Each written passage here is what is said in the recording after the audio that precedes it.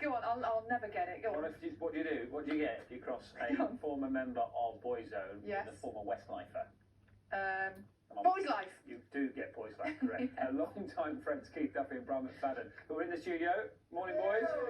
First teamed up in 2016 to create their supergroup, and now they are back, preparing to head out on tour with new original music as well for the very first time. Should we have a listen to it? We'll get them on the sofa in a minute. Let's have a listen.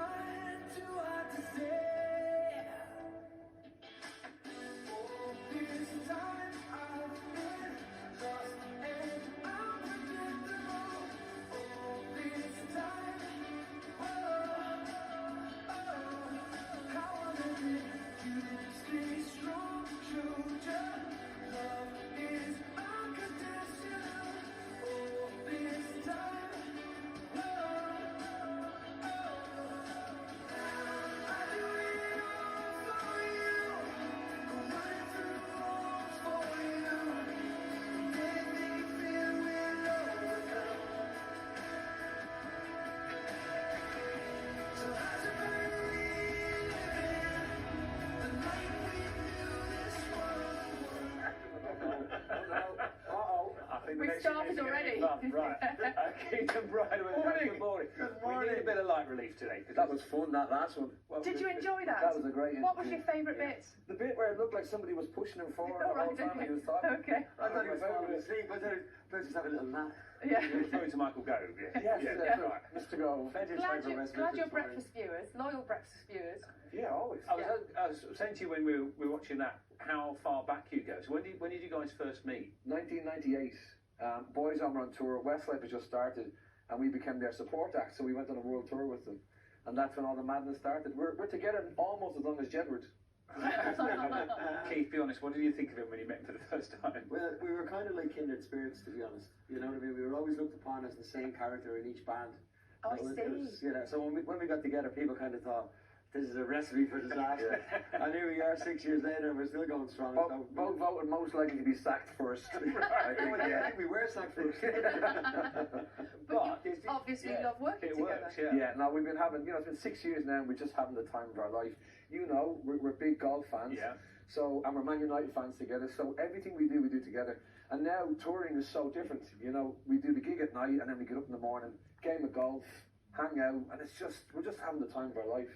But your lives have changed a lot from when you first met. You both got families. So how different are you from those lads that met in 1998? Well, you know what? We try to be the same, but we're just not. You know what I mean? We think we're 22, but we're. Go on, tell me how that. In what way? Tell me how life is different then. Well, back then we were afraid because we came from pretty hard working class backgrounds in the north side of Dublin, and then to be kind of catapulted into the life that we had. Jetting around the world, staying in 5-star hotels. As quick as it happened, we thought it could be taken away at the time. So we didn't want to sleep in case we missed anything. So we stayed up very late at the odd sherry. These days we can't stay up that late anymore. We tend to more have a nice glass of wine and a steak after show rather than going to a club. No, but it is that thing. We'll be sitting there, and usually over the last 20 odd years. After a show, we would sit in the bar and have a few drinks, and we wouldn't care. Now we're kind of looking at the watch going, Keith, it's 2 o'clock, we're teeing off in 7 hours. I want to get at least 6 hours before we play. You only tour around the world so you can play golf in nice places. It's true. It's true. We actually do that. When we get our tour for the UK, we base ourselves at golf resorts over anywhere near Birmingham. But you are disappointing me. I know you love it, and the golf is brilliant, but you are disappointing me. I want a bit more rock and roll. Well, tell me you're a little bit rebellious. All I'll tell you is the only time we're usually up at this hour of the morning is when we're still up from the night before. Well, there we go. We could talk about politics as well, No. The other thing is that when you're so busy and you're enjoying this high life, I imagine there are things now that you look back on that you probably missed out on. Time with your family. I know you've both spoken about that before. To be honest, that's where as bad as COVID was for everybody and the pandemic was bad for everybody, it was fantastic for us because it gave us unconditional time with our family. You know what I mean? We would never have taken that kind of time off work, and we were stuck at home. I was stuck at home with my wife and 2 kids. Now my kids are 22 and 26. They're not exactly kids, so the 4 of us were home, stuck together for 2 years, and that was the most amazing, special time of rekindling our family and our friendship. It was amazing. So we've sacrificed a great deal over the years with family, having to be away from home all the time, and to get that quality time during COVID at home was brilliant. It was And amazing. has that inspired the music a little bit? But we don't really. We wrote the album during COVID. We were going to write an original album, but we hadn't. We were basically trying to find time to get away and write the music was impossible. And again, what album, Brian? Old school. You mean old school? Now came out on Friday. Available everywhere. Where did you hide that? But yeah, no, Big pockets. You know, to write an album, you need to have loads of time off, and we kept saying, okay, we'll finish this tour and then we'll take a break, and it just never happened. And then obviously COVID happened, and we got to write the whole album at home. So while he was in Dublin and I was in the UK, we were kind of zooming back and forward and you know, sending little clips of little ideas what we do, and then as soon as the studios opened, we went in and did the whole thing in 3 weeks. I've got to say that one of the first things Sal said this morning was she does love a power ballad. Oh, we love it. Hang on. Plenty down there. I'll have a power. We all have a power ballad. Very often in the morning, Dan will play a power ballad. At about 5 Who o'clock in doesn't the love a morning. power ballad at 5 o'clock in the morning? Yeah, your fist pump first thing. Yeah, exactly. Get it going. There's So plenty tell me, fist pumps on is there a power ballad?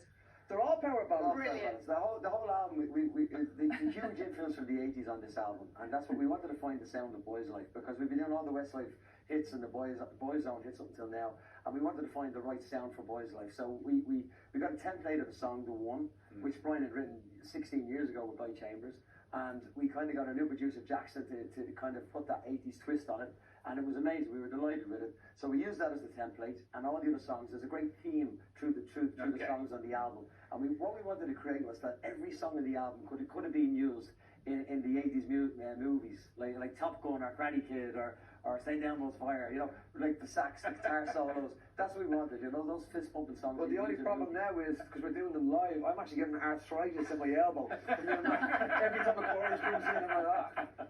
Are you still, you know, the sort of trademark standing up from a stool? Oh, no. That going? Standing up from a stool? Yeah, you know when you do the key change. Yeah, exactly. standing up for the key change is what he meant to That say. was all brilliant when we were in our 20s. brilliant. You know, every song Don't had tell a me key you can't change. stand up now. No, I can't. This is The the knee. times. I've got bad The knee. No, because it used to be that you'd jump up and sing the key change. Now it's like, yes. But it's actually terrible if we're on the tube or anything like that. It's muscle memory. We can't tell. Somebody's playing a song, and all of a sudden there's a key change. Not our stop. Everybody thinks we're getting off the train, and we're on. It's just a key change in the song. It's the chorus. You've been trained for so many years. I know we're having a great laugh this morning, but and you talked about golf, and we played in this series recently, and you actually won it. So you say he's a good golfer. He won this series, and you won an awful lot of money to support a charity which you know is really close to your heart. Because explain a little bit about your family, why it means so much. Okay, well I've been an advocate for autism for 20 years because I have a young girl, Mia, who has autism, and she's doing phenomenally well. And you know, I always try, for 20 years I've been trying to support children and families affected by autism, trying to provide the appropriate education, making sure they're getting the services that they need, and just trying to educate the people that are not affected by autism as to what autism is. So winning the competition in Mauritius was amazing because it gave me the platform to be able to talk about autism again, to advocate for autism again, but also to support a charity back home in Ireland called As I Am. And they basically support autism on every level. Education, they try to make autism-friendly supermarkets, autism-friendly cinema nights, autism-friendly everywhere. You know, and it's just great to talk about it because the more we talk about it, the more people are starting to understand it. And different is good, different is okay. You know, different isn't bad. And you know, I know so many people now with autism on the spectrum, and their life is becoming so much more fulfilled now because inclusion is being put in place in schools, in the workplace, and from 20 years ago to now, it's a different world, and we're going in the right direction. And it's just, you know, like I say, it was a great platform to be able to just get that word out there, autism-friendly world. And people are starting to understand, aren't they? They are. They're starting to listen, and they're starting to understand. And the timing was perfect because April is Autism Awareness Month. You know, so I just won at the right time in the right place, and it was meant to be. And Dan tried his best to ruin it, by the way. Yeah, I know. By winning the competition. No, He did his absolute best. Are you suggesting he's competitive? Slightly competitive? He actually faked the back injury because he didn't win. Yeah, he was That was really bad sports. We just got to get it. He missed the putt on 18 and I was like, oh! See, the reality is Dan is the best golfer out of all of us. but he didn't Don't win it. So tell we're him like, oh that. yeah, I've done me back. Don't I'm tell going him to ask that. you about going on tour as well. That must be something you look forward to. Yeah, too, we right? can't wait. We're back out in September. It's been really strange because before COVID we were in the middle of our big sellout tour, and then halfway through it, obviously it stopped. So we only finished that tour in December. So it's really strange that we're already talking about going back out on tour in September, because normally you take maybe a year and a bit off or 2 years off. But no, we're going back out in September all across the UK, and then hopefully in the new year we'll start the rest of the world, because obviously the rest of the world is trying to catch up with Britain. You know, Britain's been amazing getting its feet, getting back on its feet and being normal again. So we're hoping now that everywhere else will open up and we can start doing concerts everywhere else too. Okay, before we let you go, let's imagine there's a key change and we'll all practice our key Yeah, change. what are we all going to do it? You like sing along, key change, and we'll go for it, ready? What's the... What were we singing? Whatever you want. Just do a little key change. We're wham bam going and making mum. So where do we go? Where do we go? Where do we start? I'm There right. you go, we've got it, okay. Boys Life it. album Well done. is old Are you going to school do that? and they're touring the UK in September. Thank you very much. Thanks, It's nice to cheers. see We you. sit back down Yeah, again. you said, oh, there you go. Oh, perfect. Stay with us, we've got the headlines coming up next. Honestly.